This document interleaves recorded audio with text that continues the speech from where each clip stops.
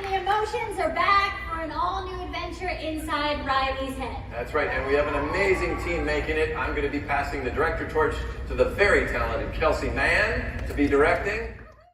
Mendengar kabar bahwa Inside Out akan mendapatkan sebuah film lanjutan di acara D23 Expo pada tahun 2022 lalu, saya langsung membayangkan alangkah sulitnya mengalahkan film animasi raksasa yang digandrungi sebagai salah satu film animasi terbaik yang pernah dibuat sepanjang masa. Yap, sepanjang masa. Meski begitu, film pertama Inside Out bisa diibaratkan seperti tokoh anxiety dalam film kedua ini. Ia bukanlah musuh yang mesti ditundukkan. Hai, saya Arif Gunawibawa dan selamat datang di Jurnal Senyap.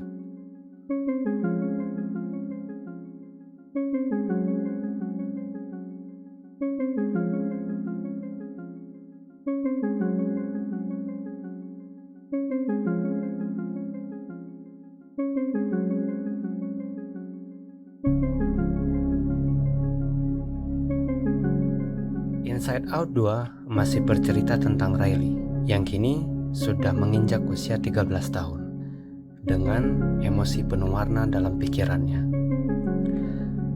Film berlatar waktu 2 tahun setelah keluarganya pindah dari Minnesota ke San Francisco, California.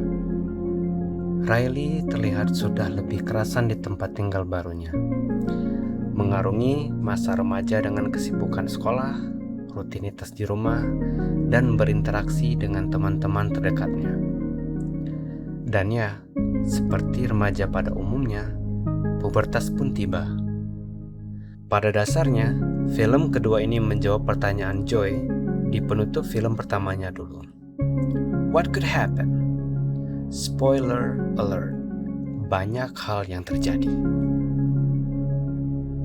Sama seperti film sebelumnya, keunikan Inside Out 2 terdapat pada cara kreatif pembuatnya dalam menguraikan perihal emosi yang rumit menjadi sebuah tontonan yang menghibur dan penuh rasa. Baik penonton anak-anak maupun penonton dewasa akan mendapat ruang dan keterkaitannya masing-masing dengan film ini. Sebuah sajian yang berimbang dan juga berdampak. Sebab saya yakin Inside Out 2 mampu menyentuh penonton dari rentang usia manapun dengan menempatkan peran tokoh anxiety dan pengaruhnya terhadap manusia, serta regulasi emosi sebagai fokus utama filmnya. Orange? Who made the console orange? Do I look orange? I didn't touch it. Orange is not my color. Not me. Hello? Oh my gosh, I'm anxiety. Where can I put my stuff? A new emotion. Wow. Oh, I'm sorry. We wanted to make such a good first impression. What do you mean we? Riley hanyalah seorang remaja. Semua hal yang berkaitan dengan identitas diri sebagai remaja usia 13 tahun sangatlah penting baginya. Kejadian-kejadian memalukan, bagaimana terlihat keren, butuh validasi, pengakuan, dan apa tanggapan orang lain terhadap dirinya adalah sesuatu yang sangat relevan. Kehadiran anxiety, embarrassment, envy, serta ennui menguatkan urgensi itu dalam ceritanya, menambah warna dalam pikiran Riley. Bagaimana ia meregulasi hal-hal tersebut, dalam hal ini diwakili oleh Joy dan kawan-kawan, dilukiskan secara komprehensif oleh filmnya. Bicara soal regulasi emosi, ada sebuah adegan yang sangat menarik di awal film, di mana Joy dan kawan-kawan membersihkan pikiran Riley dari hal-hal yang kurang mengenakan yang dialaminya pada hari itu. Ingatan tak mengenakan tersebut kemudian dibuang ke tempat yang, bagi mereka, tidak perlu dipikirkan sekarang.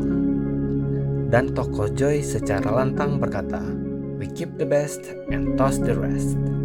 Adegan ini terasa sangat dekat, sebab sebagai manusia, betapa sering dan banyaknya hal yang kita tekan jauh ke dalam pikiran dan pada akhirnya pikiran-pikiran itu menumpuk tak terurai.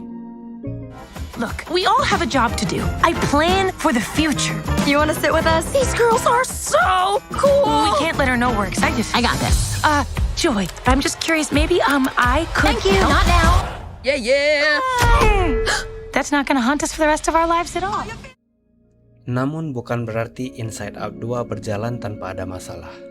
Pertanyaan perihal kenapa emosi-emosi baru di pikiran Riley tidak muncul di pikiran orang dewasa di film sebelumnya tidak dijawab tuntas dalam film kedua ini. Masalah lainnya, walau harus diakui bahwa usaha filmnya dalam mengurai narasi kompleks bisa dinilai berhasil, tapi di saat bersamaan, usaha tersebut juga membebani filmnya sendiri. Ada kesan bahwa filmnya meninggalkan penonton di bagian ini karena terlalu sibuk dalam usaha menerjemahkan hal-hal kompleks tadi. Membuat jarak yang cukup lebar sehingga beban emosional filmnya tidak tersampaikan secara maksimal. Seketika ingat momen Take Her to the Moon for Me dari film pertama. Film pendahulunya membayangi keberadaan Inside Out 2. Untungnya, film dapat diakhiri dengan baik. Baris dialog I don't know how to stop anxiety yang diucapkan oleh Joy mengundang haru. Yang kemudian dilanjutkan dengan kalimat perihal kenyataan bahwa ketika beranjak dewasa, you feel less joy. Momen relatable yang menutup jarak yang tadinya sempat memisahkan penonton dengan filmnya. Di momen itu juga, Inside Out 2 mengurai konflik di dalam pikiran Riley. Konflik antara joy dan anxiety.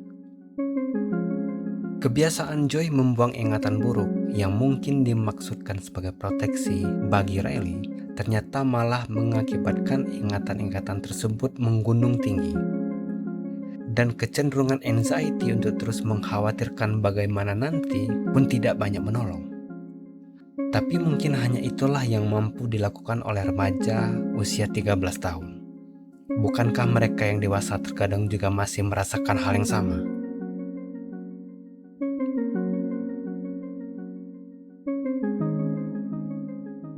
Inside Out 2 merepresentasikan bentuk-bentuk emosi dalam pikiran dengan berbagai warna.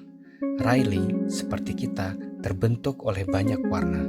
Kesadaran bahwa manusia bukanlah satu warna yang dikotakkan akan menuntun pada kenyataan bahwa seperti hal lain dalam hidup, pikiran pun sudah semestinya berimbang.